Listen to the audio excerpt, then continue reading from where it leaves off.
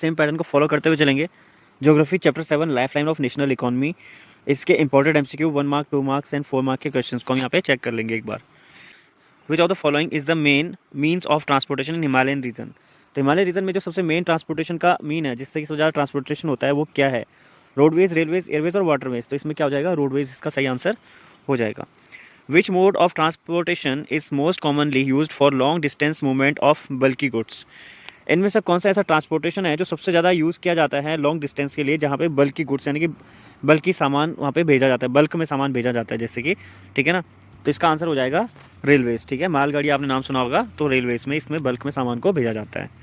Okay, the primary function of communication satellite is to. Communication satellite का सबसे primary function क्या होता है?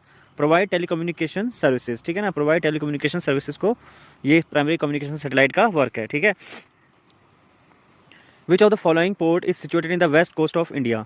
यहाँ पे सवाल है कि इनमें से कौन सा ऐसा पोर्ट है जो कि वेस्ट कोस्ट में स्थित है, इंडिया के वेस्ट कोस्ट में, वेस्ट में।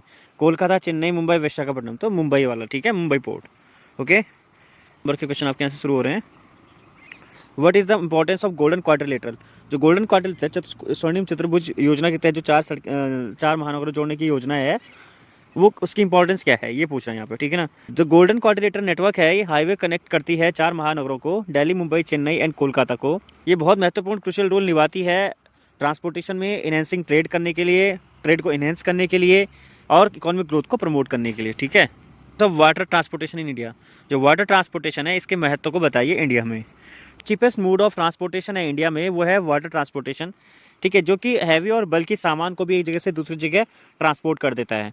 ठीक है, ये क्या करता है? इंटरनेशनल ट्रेड को प्रमोट करता है।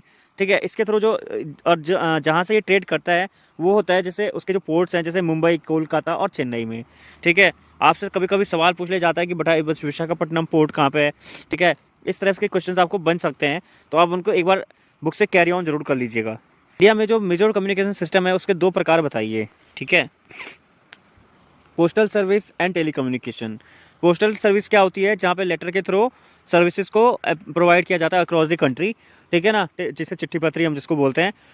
टेलीकम्युनिकेशन मोबाइल के जरिए, जिसमें इंटरनेट होती है और उसके थ्रू जो है कम्युनिकेशन काफ़ी फास्ट मोड में हो जाती है। लॉन्ग आंसर्स देख लीजिए, 4 नंबर के क्वेश्चन आपके। ट्रांसपोर्टेशन कम्युनिकेशन का जो रोल है इंडिया के इकोनॉमिक डेवलपमेंट में, उसे डिफाइन करने के लिए यहाँ पे आपसे सवाल पूछा जा रहा है कि उसे डिफाइन करिए।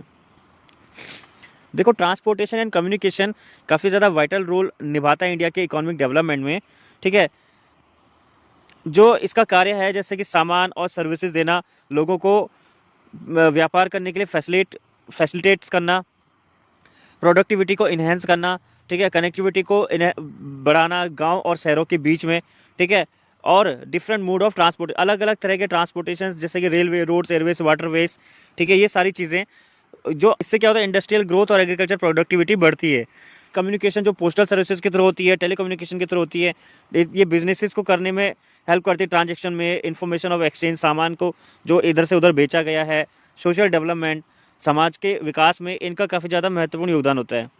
ठीक है, दोनों सेक्टर्स को बोथ, वैसे यहाँ पे बोथ सेक्टर लिखा है, वैसे मैं ये कह सकता हूँ कि 3 सेक्टर्स जो है इंटरलिंक्ड होते हैं एक दूसरे के साथ।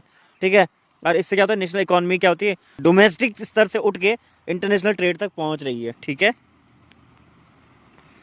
Describe the railway is in India's transportation.